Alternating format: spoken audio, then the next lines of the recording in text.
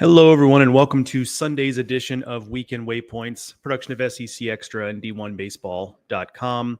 Here to take you through a busy Saturday in the SEC. We knew it would be, and it lived up to it, not just in terms of the number of games and results and big games, but also in how those games played out. A lot of interesting stuff going on, so we'll get into it.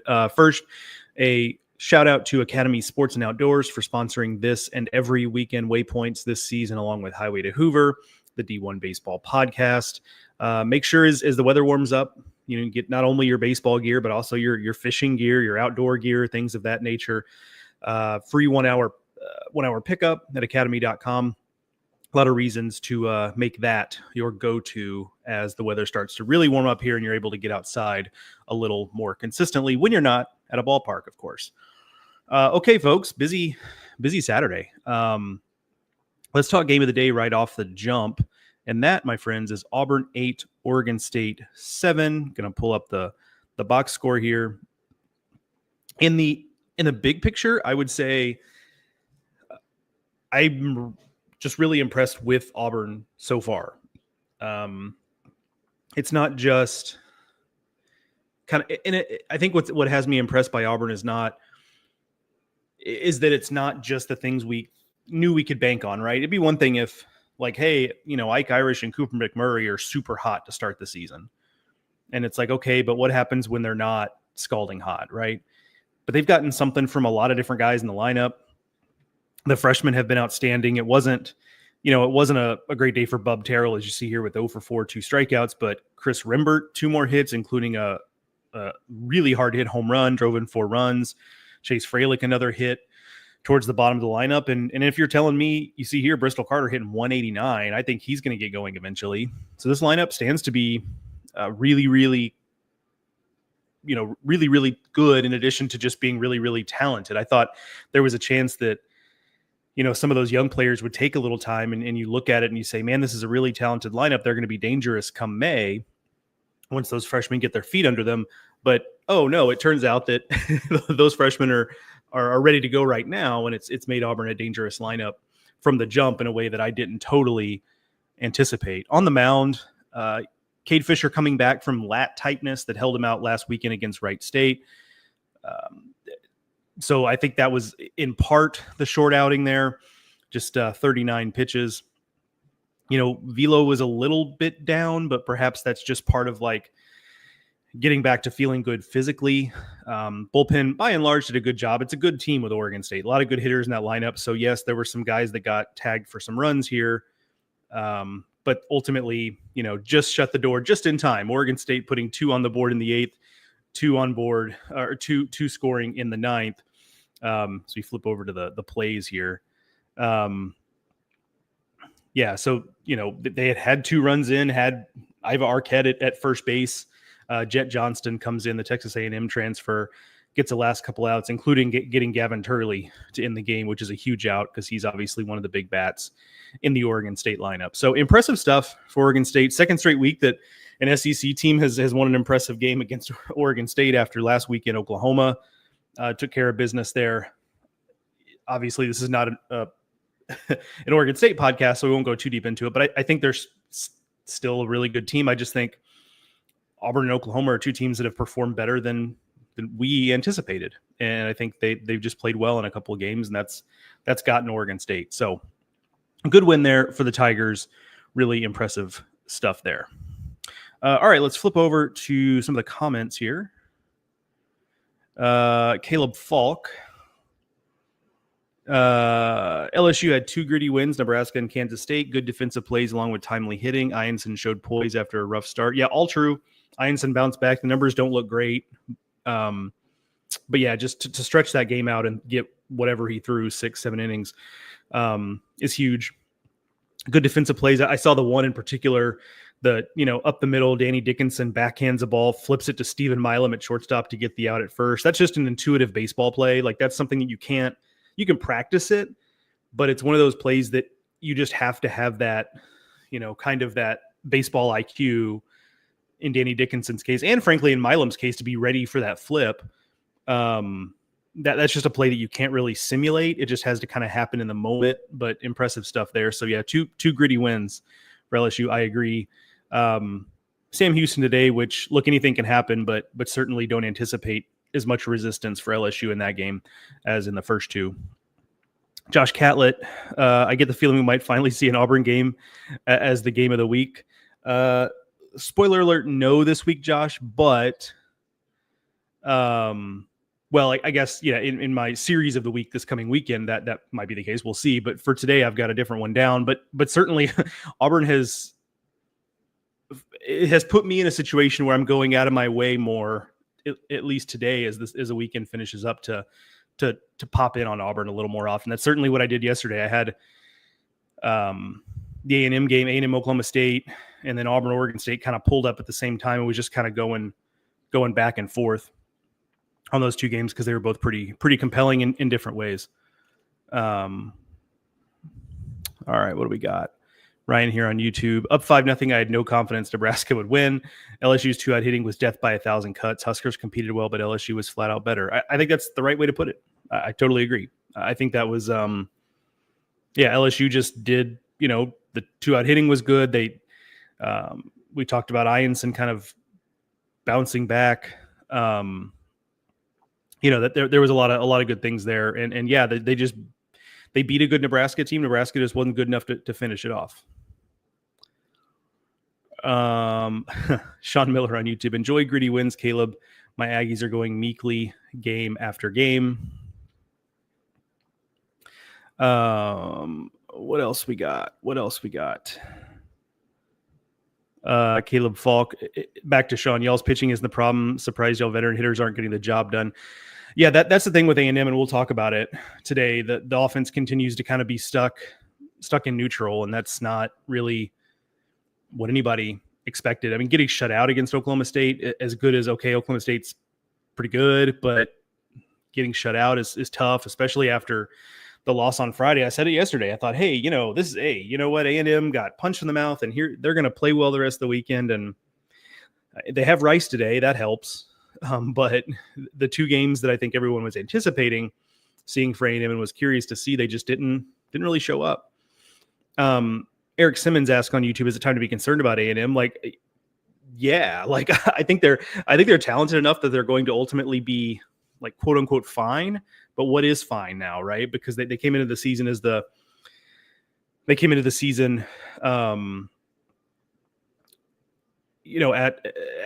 prohibitive favorite to win the national title, and even outside of the injuries, they just haven't looked like that. So it's like, is fine now like, hey, they could be an Omaha team? Like, could they still compete for a national title? I think yes is to both of those things, but man, for A&M's sake, they just got to hope that this is a wake-up call at the right time. Like, I guess it's better to need to get this wake-up call now than when you're in the meat of SEC play, when the hits just kind of keep on coming week after week after week. So we'll see. All right. Hello, Moonshine. He says hello. What do we got? Visa V16. Morning, Joe. I'm happy with the way Arkansas is winning. I know it's one weekend, but 10 hits 2 days in a row with a good mix of how the scoring is happening is good to see. Yeah, I'm with you.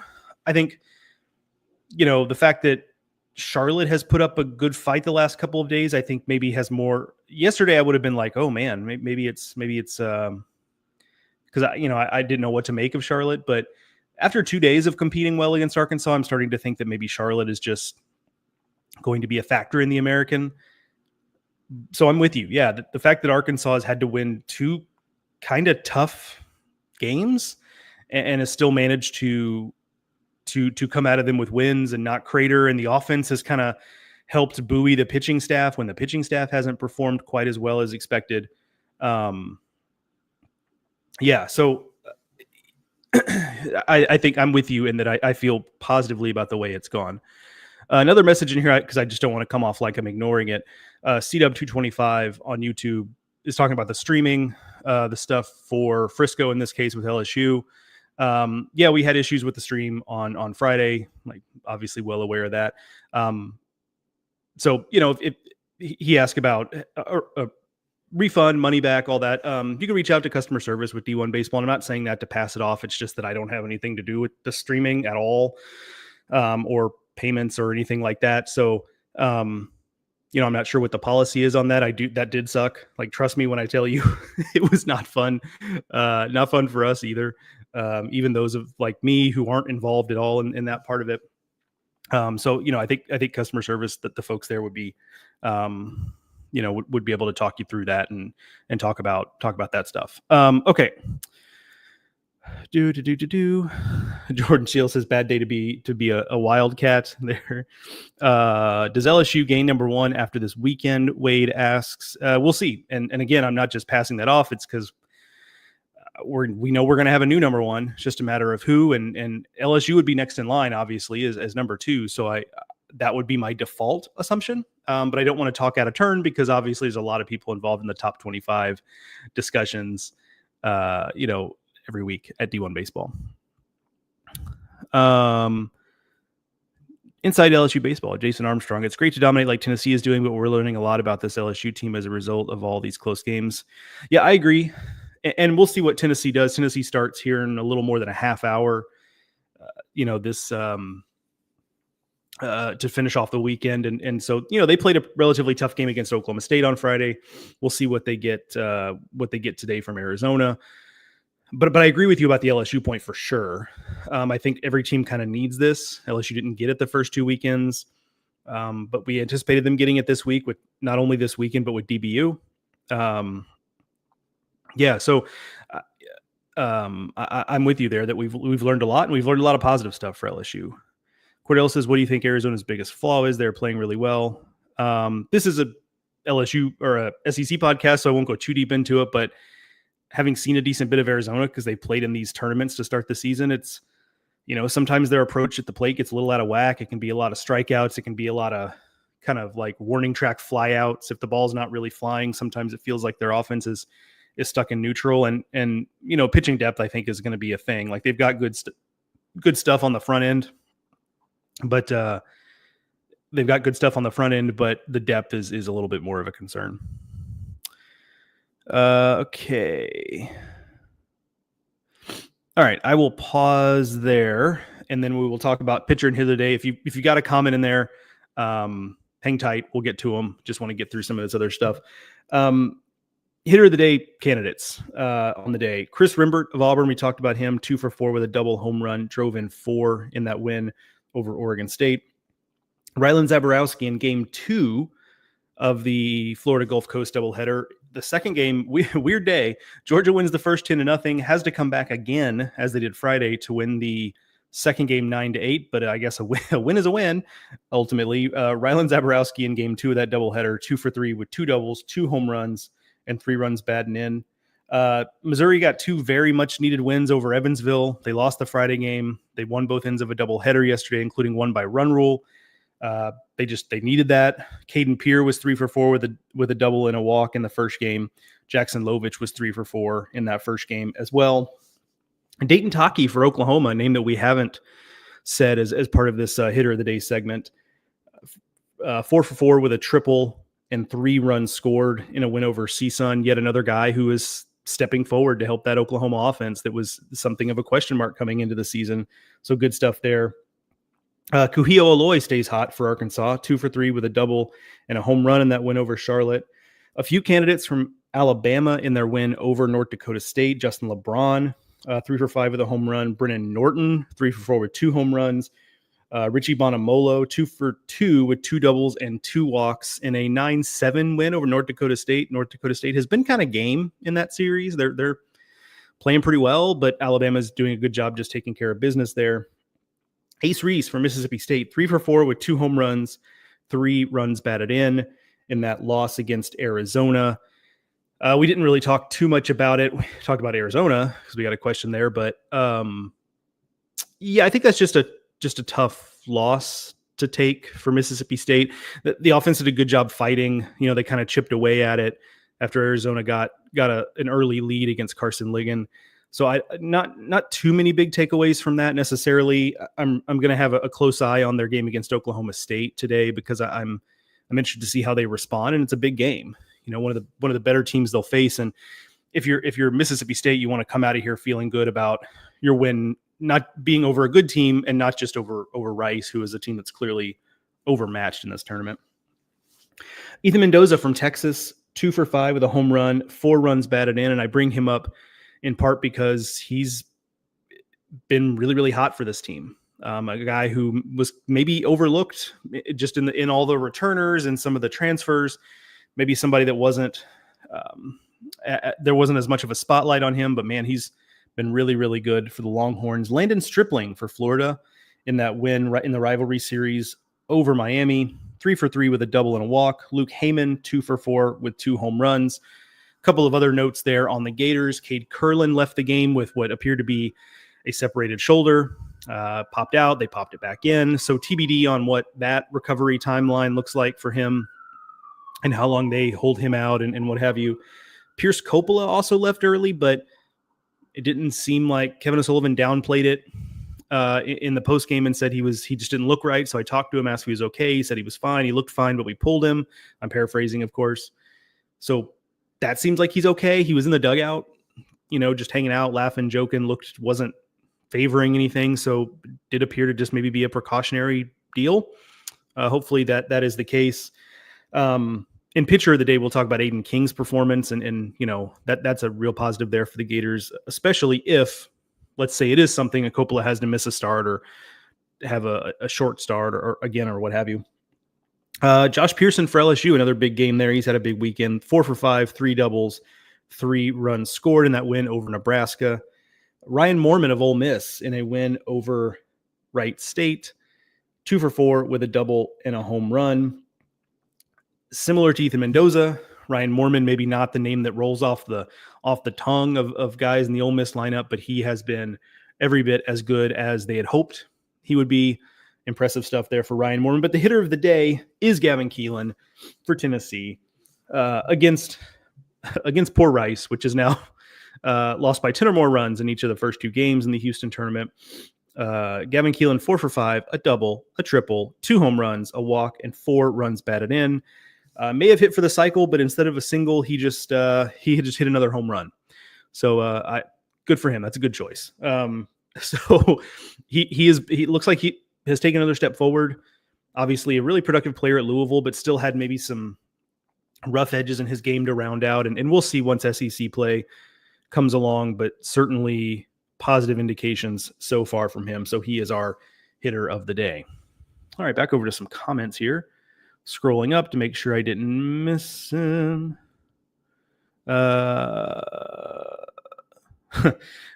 on YouTube. The Stephen Milan postgame interview was electric. Quote, Nebraska just folded. They didn't know what to do. You can't game plan for 17 hits.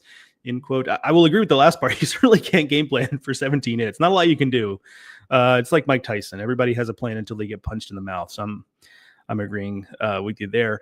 Jason Armstrong says, fire the Arkansas pitching coach. He, of course, being a little bit facetious there just because there was a lot of pressure on the offensive side of the ball, and Arkansas's offense has kind of helped bail out some pitching. But that's how it's supposed to work, in an ideal situation, because Arkansas pitching is not going to be, they're not going to be able to be on every day, but they're also not Gabe Gackle unless something is wrong physically, and no indication of that.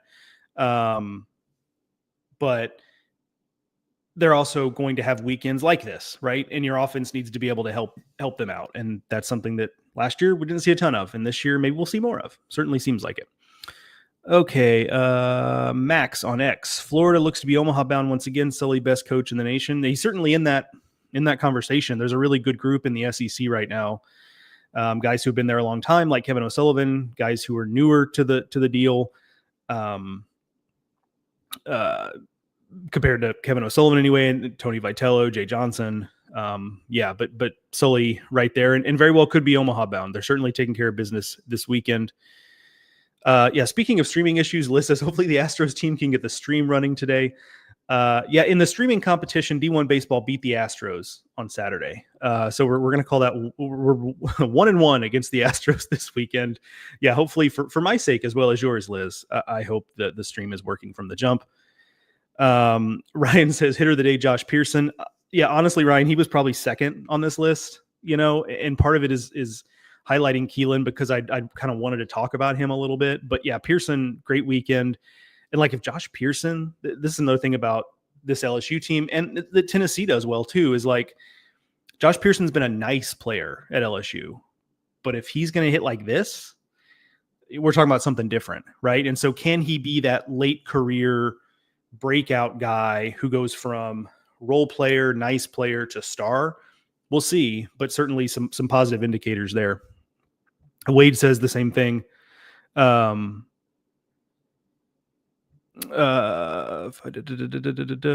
went 5 for 6 for no. So wait, I think I'm confusing what you're saying there, but yeah, certainly, like I just mentioned, Josh Pearson was right there, very easily could have been the hitter of the day. Jeremy Scott says Roll Tide, they keep on winning. Yeah, I mean, like I said, North Dakota State is fighting, but Alabama's taking care of business. Caleb Falk says, like to see Chase Shores get deep in the game today. He's looked better each week. Save the bullpen. I agree. I agree with the sentiment there. You know, less of save the bullpen, although I see your point.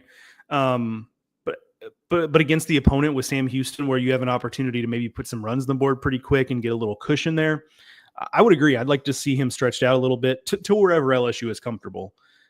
But yeah, to get him ready for SEC play, you would like him to be in a situation where he's been deep in a game so that he can be ready to go. So I think given the opportunity, we'll see that today.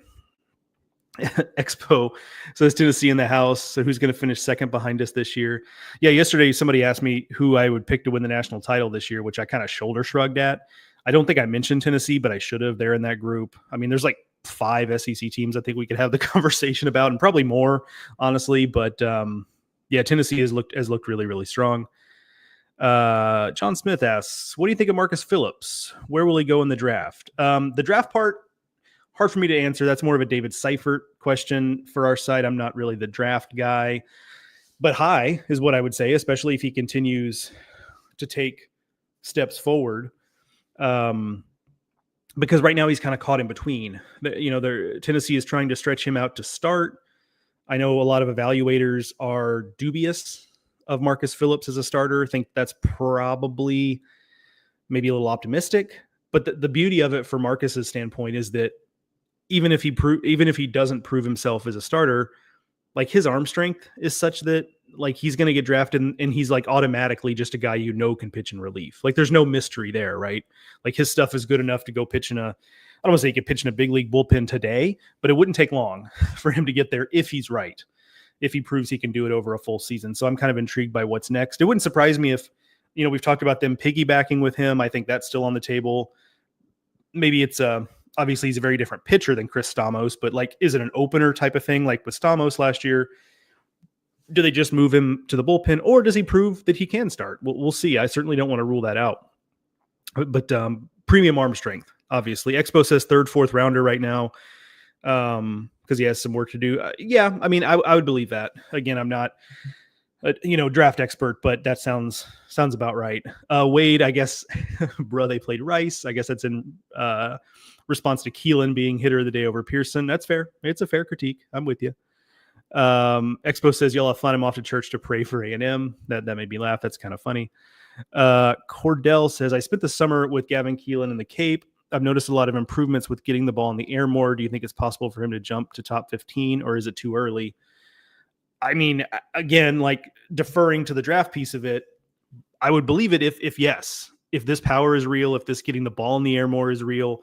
The other thing he'll need to show that he just didn't at Louisville is, hey, can you get deep into, are you comfortable deep in counts? He just didn't walk a ton at Louisville. He also didn't strike out as much as you would think, given that he didn't walk. There's a lot of contact, but to your point, like at Louisville, it was a lot of ground balls and a lot of line drives. And now maybe he's getting a little more into his power. So sure, if he's a true shortstop with that kind of power, he's a good athlete. Yeah, I think it's probably too early to pencil him into top 15. Maybe that's a little high, but yeah, is he a 1st round pick? Like if that stuff goes according to the plan that we're seeing now, yeah, why not? Jaron Green, Kuhia with another 2 for 3 day with a 112 mile an hour double and a home run. Yeah, I was talking to somebody yesterday. It's like it's like 70 grade power on the scouting scale, 2080. The question for him for the next level anyway is going to be like, where do you play him defensively? But if you hit like that and you have that kind of power, like they'll figure it out. They'll figure out the defense part. Would it be nice if he had a natural position where he was a plus defender? Absolutely. But they'll find a spot if he continues to hit like that. No doubt about that. Justin says, another good offensive performance from the Sooners. Skip got the boys playing. That is true. Yeah, they played well against CSUN again. Just taking care of business. We'll like I said yesterday, we're going to learn a lot more once they get into SEC play. But they've certainly proven themselves so far. Like, well, I'm sure we'll have them up again we'll move them up again in the top 25, and nothing but positive things right now for the Sooners. Vinny Jenko on X. When is Chuck Geralman, UF assistant coach, going to get a head coaching job? That's obviously more of a Kendall question there. He's our coaching carousel guy. But I will say, just generally, more and more, I think Chuck Geralman will get his opportunity. Let me say that first. Like, whenever he is interested in being a head coach, he will be in the mix in a lot of places. But also, we're in an era where, we're seeing a lot of assistant coaches at other places or head coaches at other places go into the SEC as assistant coaches. And so if you're Chuck and this continues to roll at Florida, like he doesn't have to be antsy about it. He can kind of wait for the right job or, what have you, and not just have to jump at something to go be a head coach, unless he just really desperately wants to be a head coach and is tired of being an assistant, which could also be the case. I don't know him personally, but so yeah, he's going to have interest whenever he's ready, but there probably isn't any rush because he's well compensated as an assistant coach at Florida. It's a good job. Like, obviously they're winning a ton, so he doesn't have to necessarily just be looking for the side door to get out and be a head coach right away. Josh Woolley says, I know it started as a joke, but I now need to know how we get more alloys on Arkansas. Cloning, voodoo magic, the conventional way would take too long. Yeah, you have to wait, at least 18 years from now to get another alloy the conventional way, unless there are some younger brothers out there running around. But yeah, they've both been really good this year. Liz says, Tennessee fan here, says he's walking a ton. That's in reference to Keelan. Mentions later that he has 13 walks. That's a good call. Like, I knew he'd been walking more. I didn't know how many he had. So yeah, you keep that up in the SEC, and now we're talking. Wade asks, thoughts on Bear Jones thus far? The maturity at the plate from last year is unbelievable. More doubles than homers so far this year. Great call. I agree with the assessment there. I also think that's big for him. Look, he could have been in pro ball last year, obviously. Chose to come back to LSU, but I think when we talk about next level potential, they were looking for, okay, great, you have this huge raw power. His raw power might be actually an 80 on the 20 to 80 scale, but are you a complete hitter? And the answer last year, I think MLB organizations decided was not quite. And so I think that's what we're seeing a little bit more from him this year. I also think this LSU lineup has shown the ability to maybe be a little bit deeper, especially with a freshman like Derek Curiel playing well. So maybe it's a situation where he doesn't feel quite as much pressure to be the guy who hits 20 some odd home runs. Now, I think he'll still hit 20 some odd home runs, but it can be a different complexion to the offense when you have more firepower. And the guy like Jared Jones doesn't have to be the guy necessarily when he's got a lot of other guys around him. And last year there were times where it felt like he was too large a percentage of the offense, and that can create pressure, even if he says it doesn't, like, or doesn't even feel like it. Like, I just think there's like subconsciously some pressure when that's the case to be the guy. All right, let's wrap up here. Talk pitcher of the day, then we'll look ahead to Sunday briefly here. Pitcher of the day candidates: Justin Lampkin at A&M. We talked about their 4-0 loss. Wasn't his fault. He pitched pretty well. 6 2/3 innings pitched, 6 hits, 4 runs. Only 2 of them were earned. No walks, 10 strikeouts. A good appearance for him there. Obviously, right now for A&M, it's the offense. You got to get that going.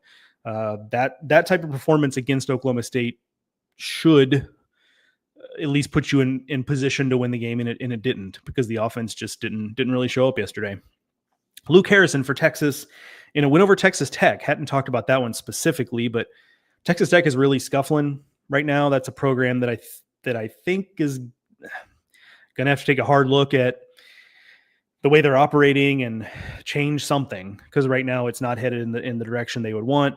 But against Tech, 5 innings pitched, 6 hits, 1 run, 1 walk, 7 strikeouts for Luke Harrison.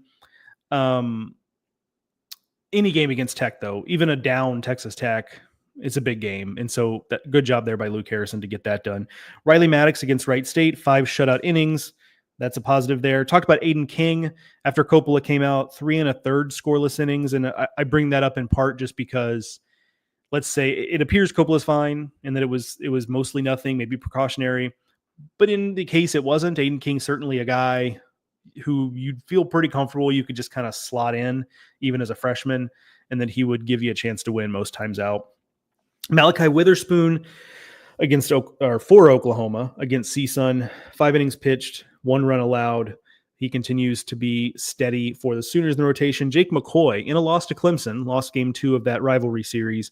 Another tight game, another really electric atmosphere. I'm sure it will be again at Founders Park today as the Gamecocks look to salvage a game. But Jake McCoy, 6 innings pitched, 3 hits, 2 runs, 2 walks, 12 strikeouts. Offense was the issue yesterday for South Carolina in a 5-1 loss to Clemson.